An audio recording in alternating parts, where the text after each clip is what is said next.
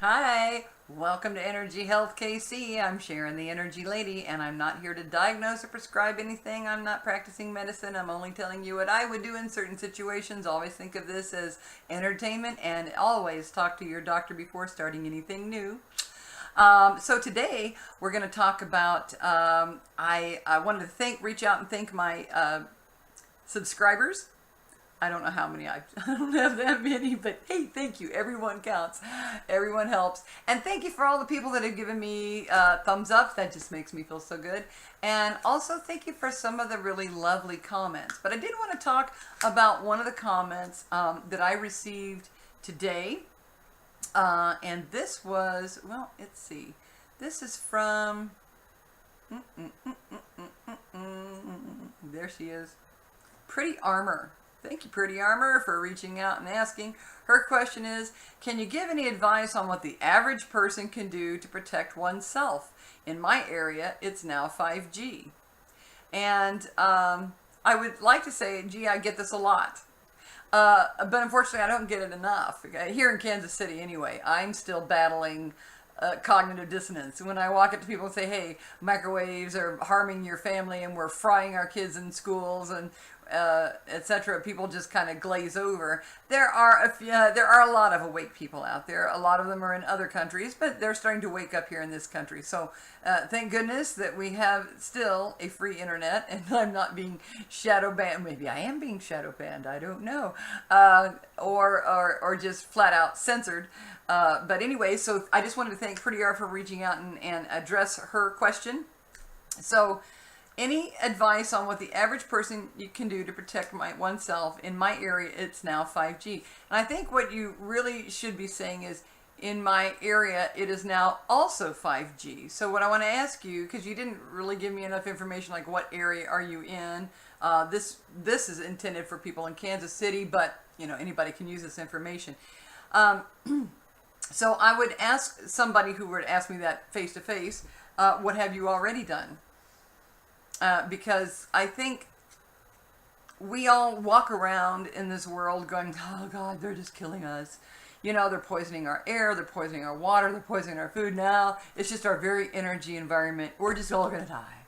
You know, what can I do? And yeah, you know what? You can do something. You can do something. And so that's what I would encourage you all to do something. What have you done so far about the fact that they're poisoning your water? Do you buy bottled water? Do you purify your water at home? Because you know that's a bit of a lifestyle change, and it took a lot of us a long time to come around to that, but eventually it took over. You know, we became aware that most of us became aware that we don't want to drink what's coming out of the tap. We don't want all those chemicals. I don't know how many, is 170 some different chemicals and compounds and things that are in our water that all fall within government standards. You know, no thanks. And some of us have gone the route of starting to buy organic foods, taking vitamins to replenish the missing nutrients that you're even getting from your organic foods. And that again is a big lifestyle change. Well, energy health is a big lifestyle change. And you can't just do it all overnight. There's no one pill that you can take. We need to get out of that mindset. It is a lifestyle change. So what have you already done? Well, let's see. What have I already done? And I'm not even, you know, I know people that are doing it better than I am. In my old house, the first thing I think I did was I put a smart meter cover on my smart meter. But at the time, I wasn't an EMF consultant, and I couldn't tell, is it working? Is it not working? I don't know. But even going to that extreme, I was still going to work in a hospital that had 30 cell towers on top of it. I was surrounded in Wi-Fi every day. And I didn't know what I was getting hit with at home because I had nobody to come out and measure it for me. So the first thing you can do is clean up your energy environment at home. That's the first thing you can do. And then let's not even talk about 5G, because if you're not willing to block 4G, LTE, Wi-Fi, and smart meters, then don't be crying about 5G. Because 5G, yes, it's worse, but it's on top of. And so you need to start by reducing and controlling what you can reduce and control immediately. So the very first step, when I got really serious, and I have to say that I'm as bad as everybody else in the fact that even though I was aware of it, even though scientifically it makes sense to me, what did I actually do? I was kind of frozen a little bit in where to start until something happened, and I was exposed to really high electric fields that I was unaware of for 10 months, that I exposed myself to, and I had no idea. And with it, after 10 months of being exposed to that, I began experiencing very, very noticeable EMF effects. And now I can see exactly how EMFs affect me. So sometimes you gotta wait until you start getting affected. And here's the thing. Many people are already affected and they don't realize that it's the EMFs. They're blaming it on an autoimmune disease. I thought I had rheumatoid arthritis for the longest time. People are just going, oh, I just have this asthma, it's just how it is. You know, well, I just have a rash, but, you know, that's not EMFs. Yeah, it could very well be EMFs. In my case, I'm going to share a little bit of my medical history. I have scoliosis. And it just seemed that in the last 10 years, it's just been progressively getting worse and worse and worse. More and more trips back and forth to the chiropractor. And I never tied that in with EMFs until recently getting exposed to these really high fields. One of my big problems is my 1 and 2, my first and second vertebrae, my atlas and axis. My atlas slides out. Atlas holds up the world. He's holding up your head. Your axis is the thing that Atlas sits on in order to do that. My atlas, muscles and nerves pull and contract and cause this to slide. I'm not doing anything physically necessarily. I'm not sleeping on weird pillows. I pay a lot of attention to the way I sleep and hold myself aligned and try to keep things in balance. It just slides right out. And I would go to the chiropractor, he'd put it back in, I'd come back home, I'd go to bed where this field was, I'd wake up the next morning, it had slid back out. And in doing that, what happens is your vagus nerve comes down between your first 2 vertebrae down into your torso and innervates and affects your parasympathetic, sympathetic nervous system. That's, are you in fight or flight, or are you in a calm, relaxed state? Well, I didn't realize how fight or flight I was. and how a lot of us, we are. And so what would happen is, as this would slide out, it would put stress on that vagus nerve, and just enough stress. And then when I would get around EMFs and microwave radiation, then I started having vasovagal events, meaning it would kind of go haywire. And my blood pressure would go up, and my heart rate would go down. I'd feel almost kind of short of breath. You know, you're talking, it's innervating your, although I've got 100% oxygen when I'm checking it out. And my heart rate was dropping down below 55 beats a minute, which is kind of freaking me out. And so we'll talk about that in another episode, how to hack your vagus nerve, how to support your nervous system, nutritive support you can do for things like that. But now it's very evident. And once I realized that there was, because it would happen when I'd get in front of the computer. Here I go, my vagus nerve is acting up, and I'll go in front of the computer. I think maybe it's the way I'm sitting. Maybe I'm doing something that's making it slide out. But then I began to realize it was happening every time I'd stand in front of my computer. When I'd walk away, I'd feel better. I'd stand in front of my computer, it'd be worse. And finally I realized that it was my phone that I kept here. And sometimes I'm doing research, and I'm also doing stuff on my phone. And once I got rid of that and really started putting my phone on Wi-Fi all the time, which makes it kind of hard to do business, so I'm working on getting a landline. So that's one of the things you can do, get a landline. I'm getting a VoIP phone that I can hook up into my Etherneted computer now, because then I got serious. I went and I turned the Wi-Fi off in the house, and I made sure everything was Etherneted. And so you can do that. You can call AT&T here in Kansas City and tell them that you want old-fashioned cable like you used to for health reasons, and they will do it. Or tell them you will find somebody who will. And so they bring in their cable box and the DVR. I still have all of that stuff, but it's cabled like it used to be. My TV is cabled. All the TVs in all the bedrooms are cabled, and I can deal with that, and that's okay. And then you can run Ethernet right off of every one of those cable boxes to a computer. So, and that's made a huge difference.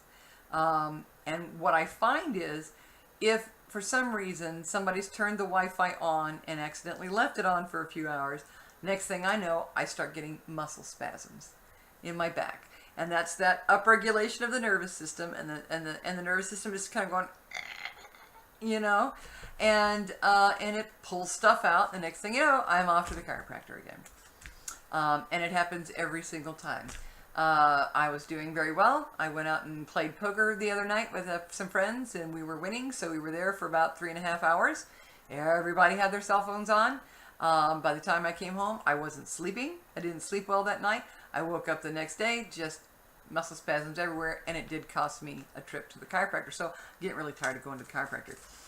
So Ethernet your house, turn off your Wi-Fi, turn off your cell phone or put it in airplane mode. Check it every hour for messages if you must. Get a landline for your home. Those are some of the very, very first things you can do. Buy or make, and you can find YouTube tutorials on how to make a smart meter cover, or you can buy one for 20 bucks and cover that yourself. Better yet, which I haven't done yet because I'm a little short on cash, is to call KCP&L and tell them you want to opt out of the smart meter. I am working with somebody right now who has just done that. And what they do is they charge you $150 to take it off, which is extortion. And that is because our Energy Commission said they could. Thank you, Energy Commission. So we'll be talking soon. Because that's a lot higher than what other states charge just to remove it. And then the monthly fee, they're going to charge you an extra $45 a month. An extra $45 a month. So that's like, you know, that first year, I don't know how much that comes up to. It's an extra 500 bucks, you know, something like that a year.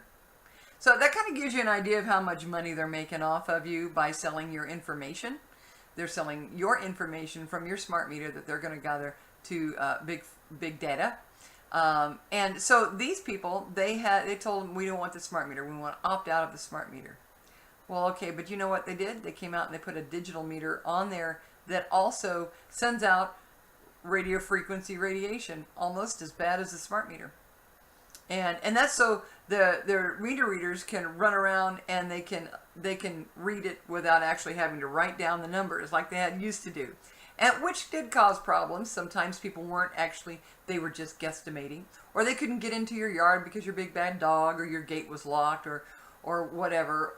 And so they would just figure, you know, they would guesstimate. And so, but you don't want one of those digital meters. They're not a whole lot better than smart meters. They're still putting out the pulsed microwave radiation.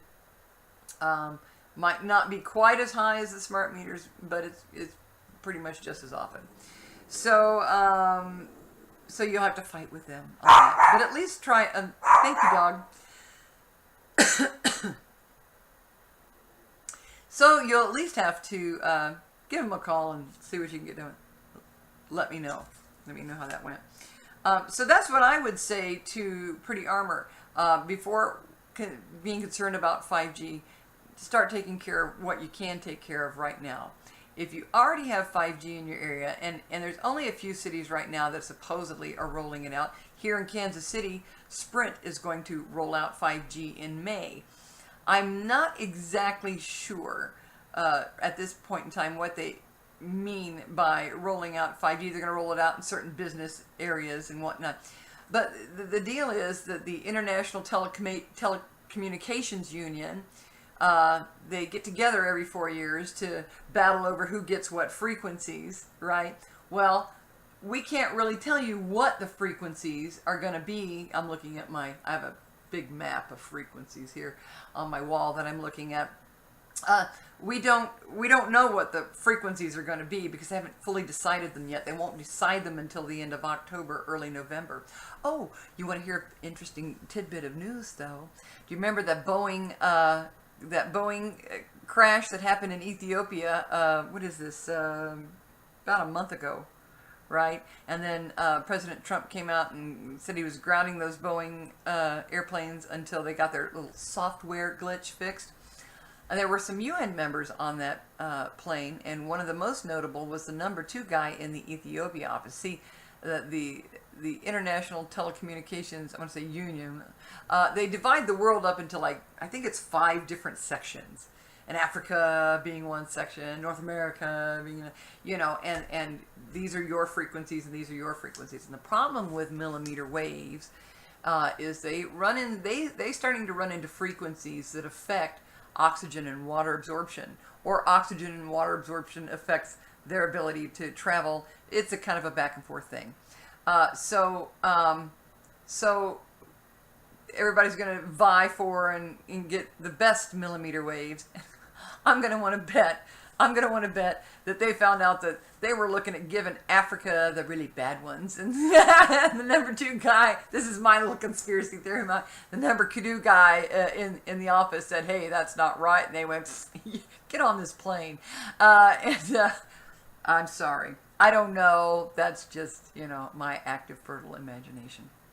But I found that very interesting because the very day that I was researching exactly what frequencies are going to be 5G was the day it was the day after that plane crash, and I just saw the notification, and then I happened to be at the International Telecommunications Union website where they were doing a memoriam blurb about this gentleman, and his secretary, or his assistant, or whoever she was.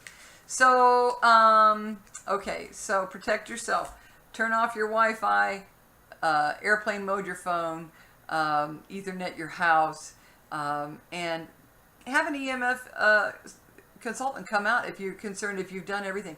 As for 5G, there are things you can do for regular cell tower and Wi-Fi microwaves. The higher the frequency, the shorter distance they travel, and you need smaller and smaller and smaller mesh to block them. So with netting, there's certain kind of fabrics and stuff out there. Like for instance, this is a fabric that I got. And it's not a net, it's a solid, I don't know if you can see this, it's a solid fabric, it's silver metallic threads, it blocks a lot of things, and I have it draped over the back of my chair right now because coming from this back wall, I'm getting some high electrical fields coming out of, there's a Google Fiber, there's a phone jack, there's an electrical outlet, and I don't know why it's so strong, but I've taken care of a lot of the stuff in my house, but I'm still sitting in this field, so I draped this conductive material over the back of my chair. Oops, let me get this. Oh, I've run it under, and let's see if I've got this. And I have clipped it. If you see this as an alligator clip, now I've got a little wire here. I clipped this into a grounding mat. A grounding mat I've got slid in here to block some electric fields that I've. I don't know if I can pull this out and show it to you. I can't. I really don't want to.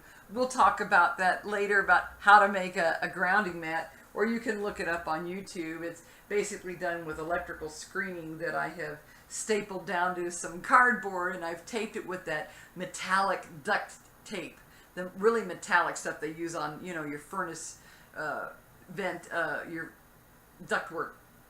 And I made another alligator clip to that and put a plug on the end of it with a ground on it, and then it's plugged into the wall. So that takes those fields. Oh no, I've lost it.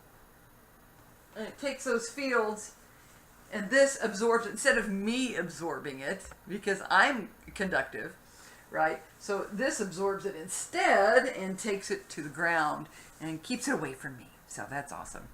So yeah, I have a pretty clean environment here in my office. As clean as I can get it. It's still not perfect, but it's way better than it was. So take care of the things that you can. And you got to start by taking action. Don't be frozen in fear. And even though I was studying all of this stuff about EMFs, and getting my certification, so I knew what to tell other people. Was I doing it myself? No. Well, see, there you go. There's cognitive dissonance for you. Why I would think it wouldn't affect me as much, when the whole reason I became an EMF consultant was because I was suspecting that I was, and then later was confirmed. So, which makes it kind of hard sometimes to go around to some of these places with really high fields, because it takes a toll on me. So we'll talk more in the future about EMF protective clothing and different things like that, and different practices. But if you, as far as 5G goes, it's hard for any EMF consultant to tell you exactly what to do, because we can't live in a Faraday cage. And most people aren't going to want to be building Faraday cages to sleep in. I think it's kind of interesting to find that now I have this lovely home we just moved into about, 6-7 months ago. And now with 5G coming, I'm thinking, gee, maybe a mobile home would be the best place. So a metallic box so that I could shield the windows, and that's all I'd have to worry about, because shielding paints and shielding materials to retrofit your home can get kind of expensive. Also, hey, if you're building a home, reach out and touch base with me, and I will be happy to consult with you on what building materials you can use right now to avoid all of this stuff in the future, and to have a clean energy environment where you live. So thank you for reaching out once again to Pretty Armor. As far as 5G, you need to be aware. I really doubt that. I think they're putting up the infrastructure. There may be, I don't know. I don't even know. I'll have to look into that more and see what actual frequencies they're using, but I do know that the millimeter waves are going to be very, very difficult. They're saying things block millimeter waves. No, they don't block. Well, metallic stuff does. Trees don't. It's distance that is the problem for millimeter waves.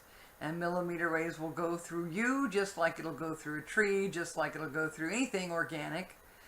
Anything that has DNA, because all DNA is a fractal antenna.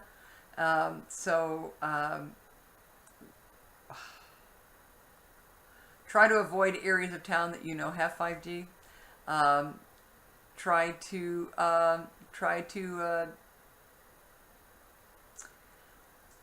to use your consumer dollars to force companies to don't buy the latest 5G phone, and don't be hanging around somebody who's got one. Can you please turn that thing off?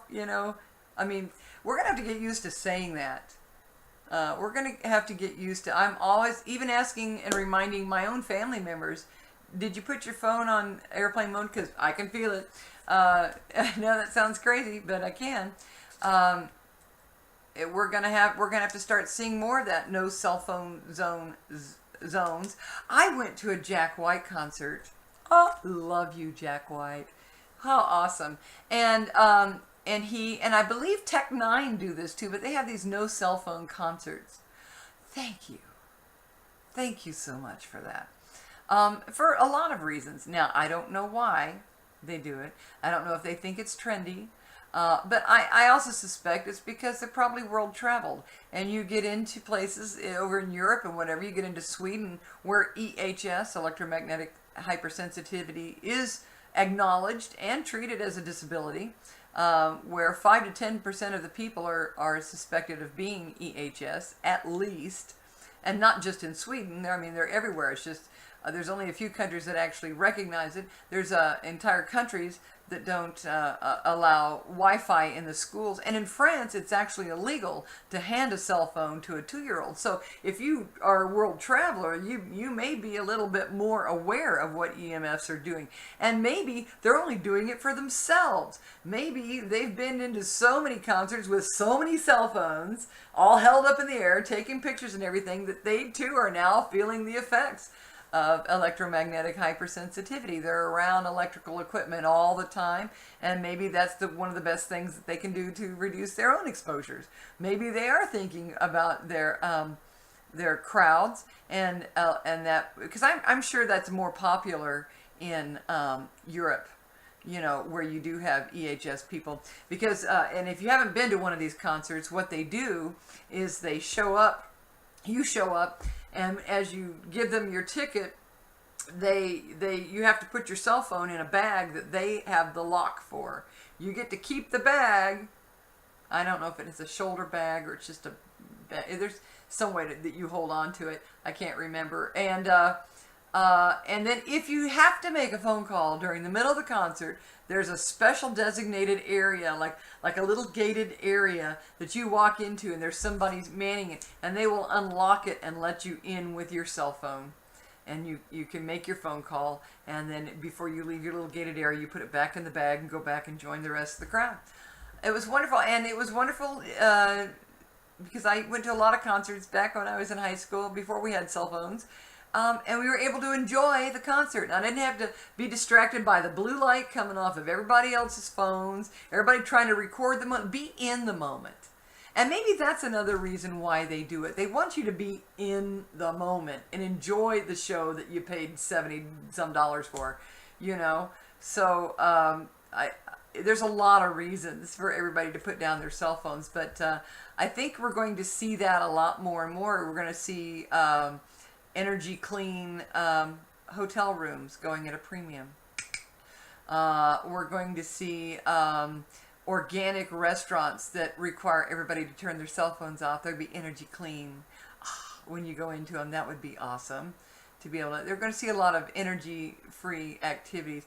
I think they need to have energy free movies, because I love to go to the movies, and sitting 2 hours with a bunch of cell phones when I can't do 3.5 hours to play poker.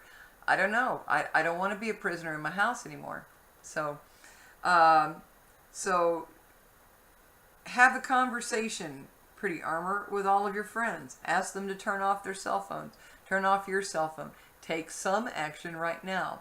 If you've done all of these things that I've mentioned already, and now you're wanting to know what to do about 5G,